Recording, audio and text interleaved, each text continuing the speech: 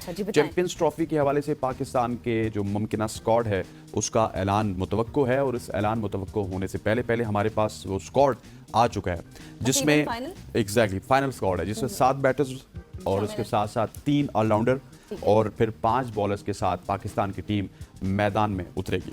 अच्छा, अगर पाकिस्तान की टीम की प्रिसाइसली बात की जाए तो सबसे बड़ी हेडलाइन इसमें यह है कि साइम अयूब वो कि पाकिस्तान टीम में शामिल नहीं है, सो उनकी जगह फखर जमान को शामिल किया गया।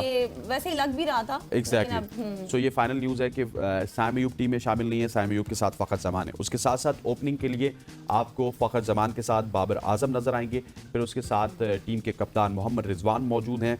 कामरान गुलाम चैंपियंस ट्रॉफी की टीम में और ट्राई नेशन की सीरीज में जगह बनाने में कामयाब हो चुके हैं। तैयब ताहिर जो कि स्पिन के बहुत ही अच्छे खिलाड़ी माने जाते हैं, तैयब ताहिर को भी शामिल कर लिया गया। सलमान अली आगा इस टीम का हिस्सा हैं और उसके साथ साथ बांग्लादेश प्रीमियर लीग में बहुत ही शानदार परफॉर्म करने वाले खुशदिल शाह भी इस टीम में मौजूद हैं।